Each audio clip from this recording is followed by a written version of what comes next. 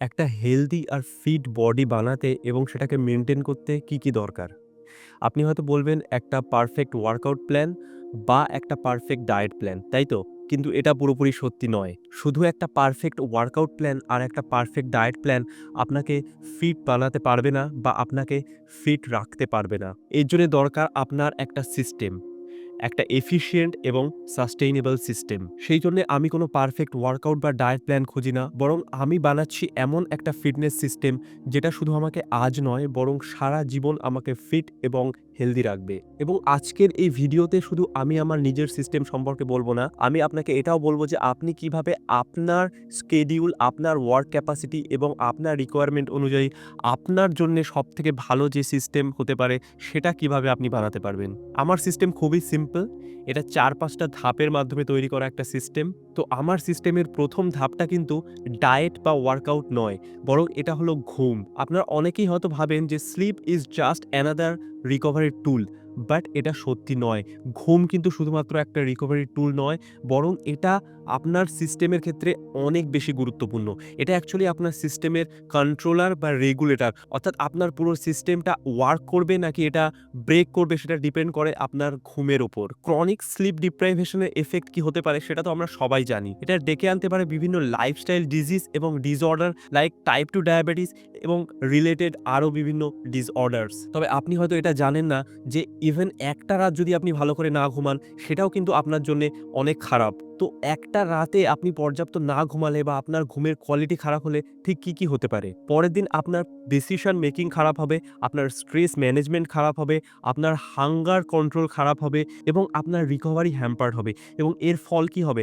আপনি জিমে গিয়ে ভালো করে ট্রেনিং করতে পারবেন না। আপনি আপনার ডায়েটে স্টিক থাকতে পারবেন না। তো এখানে আপনার পারফেক্ট ওয়ার্কআউট প্ল্যান বা পারফেক্ট ডায়েট প্ল্যান সেটা কিন্তু আর কাজ করবে না। কারণ আপনার সিস্টেমটাই ভেঙে গেছে এবং এই সবকিছু কিন্তু ঘুমের জন্যে। এবং এই জন্যই আমার কাছে ৭ ঘন্টা ঘুম হলো একটা নন নেগোশিয়েবল প্যারামিটার। আমি প্রত্যেক রাতে চেষ্টা করি ৭ ঘন্টা ঘুমানোর। তবে অনেক সময় এরকম হয়ে যায় যে কোনো রাতে হয়তো আমি ৭ ঘন্টা ঘুমাতে পারলাম না। সেক্ষেত্রে আমি পরের দিন দেখি যে আমার বডি কেমন সিগন্যাল দিচ্ছে।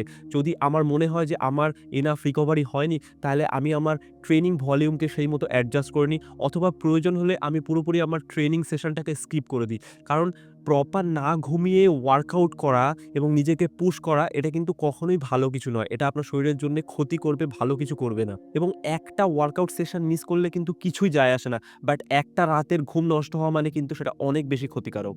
ঘুমের পর আমার সিস্টেমের যেটা 2nd ইম্পোর্টেন্ট ফ্যাক্টর সেটা হলো স্ট্রেস ম্যানেজমেন্ট। স্ট্রেস কিন্তু স্লিপ ডিপ্রাইভেশন এর মতোই মারাত্মক একটা ফ্যাক্টর। আপনি যদি সারাক্ষণ স্ট্রেসের মধ্যে থাকেন তাহলে কিন্তু আপনার শরীর খারাপ হবেই হবে এবং আপনার ঘুমও নষ্ট হবে, আপনার ইমিউনিটি কমে যাবে, আপনার সমস্ত দিক থেকে কিন্তু ক্ষতি হবে। দেখুন, স্ট্রেস লাইফে আসবেই, কারণ এটা একটা ইনএভিটেবল জিনিস। আপনি যতটাই ভালোভাবে লাইফকে অপটিমাইজ করুন আপনার লাইফে স্ট্রেস আসবেই এবং সেটা ন্যাচারাল জিনিস, সেটা প্রবলেমের কিছু না।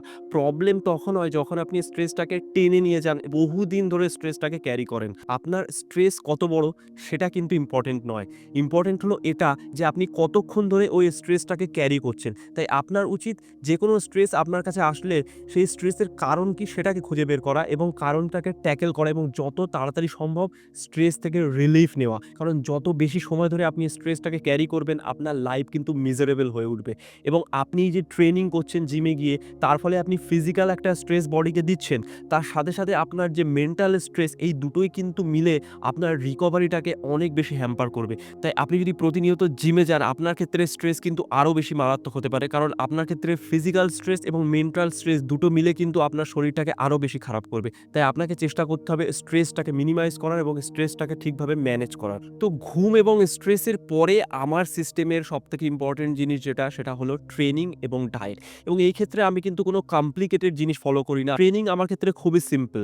ট্রেনিং কি? ট্রেনিং হলো আপনার বডিকে একটা সিগন্যাল দেওয়া যে তাকে মাসল গ্রো করতে হবে। তো আমি যেটা করি সেটা হলো আমার উইকলি একটা ট্রেনিং ভলিউম ঠিক করা থাকে যে আমি উইকলি আমার মাসেলগুলোকে এতবার ট্রেন করব। সেটাকে আমি অ্যাচিভ করার চেষ্টা করি। বাট এখানেও আমি কিন্তু ব্লাইন্ডলি নাম্বারকে চেস করি না যে আজকে আমাকে এত কেজি ওয়েট তুলতে হবে বা এতগুলো রিপিটেশন দিতে হবে বা এই সপ্তাহে আমাকে এতগুলো মাসেল ট্রেন করতেই হবে, এরকম কোনো ব্যাপার নেই। আমার বডি কেমন সিগন্যাল দিচ্ছে সেই হিসাবে আমি কিন্তু আমার ট্রেনিং প্ল্যানটাকেও অ্যাডজাস্ট করি। যদি কোনোদিন আমার মনে হয় যে আমি ফুললি রিকভার্ড সেক্ষেত্রে আমি আমাকে আমার লিমিট অবধি পুশ করি। বাট কোনোদিন আমার যদি মনে হয় যে আজকে আমার রিকভারি ঠিকঠাক হয়নি, সেক্ষেত্রে আমি আমার বডিকে মিনিমাম যে স্টিমুলাস সেটা দিই এবং সেটাও কিন্তু অনেক বেশি এফেক্টিভ। তাই ট্রেনিংকে কখনোই আপনি কমপ্লিকেট করবেন না, বরং আপনি ভাববেন যে এটা just signal to your body এবং আপনার বডি কিভাবে রেসপন্স করছে সেই হিসাবে কিন্তু আপনার ট্রেনিং প্ল্যানটাকে অ্যাডজাস্ট করতে হবে। এবং তারপরে যদি আমি ডায়েটের কথা বলি, এক্ষেত্রে আমি কিন্তু 80-20 রুল ফলো করি। অর্থাৎ আমার ডায়েটের 80% আসে হোল ফুড বেসড খাবারের থেকে এবং 20% আমি কমফোর্ট ফুড বা জাঙ্ক ফুড সেগুলোকে অ্যাড করি। কারণ আপনি যখন 100% স্ট্রিক্ট হয়ে যাবেন ডায়েটে, সেটা কিন্তু কখনোই সাস্টেইনেবল হবে না এবং ডায়েটের ক্ষেত্রে সাস্টেইনেবিলিটি কিন্তু খুবই ইম্পর্টেন্ট। কারণ লং টার্মে আপনি সেটাকে সাস্টেইন করতে পারছেন কিনা সেটাই ডিসাইড করবে আপনি ফিট থাকছেন কিনা। আরেকটা জিনিস আমি ডায়েটের ক্ষেত্রে ফলো করি, সেটা হলো কনসিস্টেন্ট মিল কনজিউম করা। অর্থাৎ আমার যে মিলগুলো হয় সেগুলো কিন্তু রিপিটেটিভ, একই ধরনের খাবার আমি প্রত্যেকদিন খাই। এটার সবথেকে ভালো দিক হলো এটার ফলে আপনার মধ্যে ডিসিশন ফেটিগ আসে না। অর্থাৎ প্রত্যেকদিন আপনাকে ডিসিশন নিতে হয় না যে আজকে আবার কি খাবো। এবং এটার আরেকটা লাভ হলো যে এর ফলে আপনার ক্যালোরি ট্র্যাকিংটা অনেক বেশি ইজি হয়ে যায়। এবং আমার সিস্টেমের সবশেষ যেটা ধাপ সেটা হলো লাইফস্টাইল। দেখুন, আপনি আপনার ফিটনেস গোল বা যেকোনো গোলে থাকতে পারবেন কিনা সেটা ডিসাইড করছে আপনার লাইফস্টাইল। যদি আপনার লাইফস্টাইল আপনার গোল বা আপনার টার্গেটের সাথে অ্যালাইন না হয়, সেক্ষেত্রে কিন্তু লং টার্মে কখনোই আপনি সেই জিনিসটাকে সাস্টেইন করতে পারবেন না। ফর এক্সাম্পল, কেউ তাড়াতাড়ি ওয়েট লস করার জন্য কার্ডিও যদি করে, খুব বেশি কার্ডিও করতে থাকে, কিন্তু তার লাইফস্টাইলের সাথে যদি কার্ডিও না যায়, তো পরবর্তীকালে সে কিন্তু কার্ডিও করতে পারবে না এবং সে আবার আগের জায়গায় ফিরে যাবে। ঠিক একইভাবে কেউ যদি তাড়াতাড়ি ওয়েট লস করার জন্য বিভিন্ন রকম fat diet like keto diet বা ইন্টারমিটেন্ট ফাস্টিং এগুলো ফলো করে এবং সেটা যদি তার লাইফস্টাইলের সাথে না যায়, কিন্তু পরবর্তীকালে সে যখন আবার আগের লাইফস্টাইলে ফিরে আসবে, তার কিন্তু আবার ওয়েট গেইন হবে।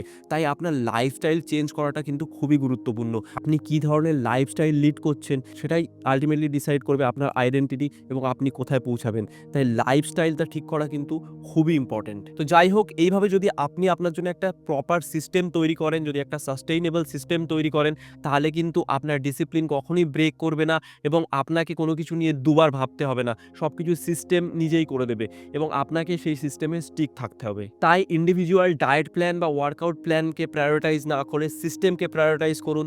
দেখবেন আপনার ট্রেনিং এবং ডায়েট অটোমেটিক্যালি সাস্টেইনেবল হয়ে যাবে। এই ভিডিওতে এতটুকুই, দেখা হচ্ছে পরের ভিডিওতে।